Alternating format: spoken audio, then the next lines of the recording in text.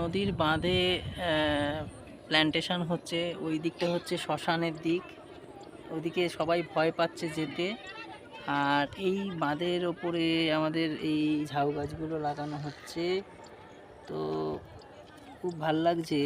আমার সবাই কাজ করছে এবং আমি একজনকে দেখতে পেলাম কদিন ধরেই কাজ করছেন উনি, যে আজকে আমি ওনার সাথে কথা বলার চেষ্টা করলাম।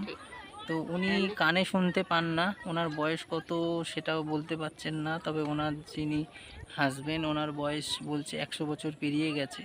উনি অসুস্থ, কথা মানে বিছনা শয্যাশায়ী, কিন্তু আমরা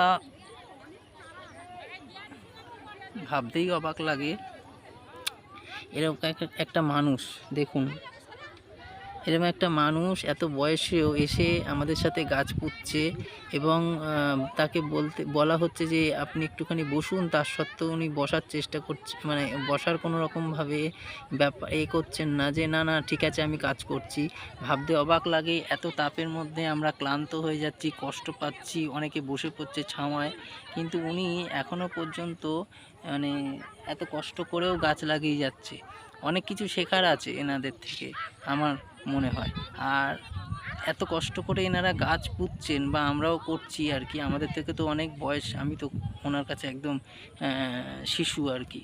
তো যাই হোক, এত কষ্ট করে এই মানুষগুলো নদী মানে আমাদের গাছ পুঁতছে, পরিবেশের জন্য কাজ করছে।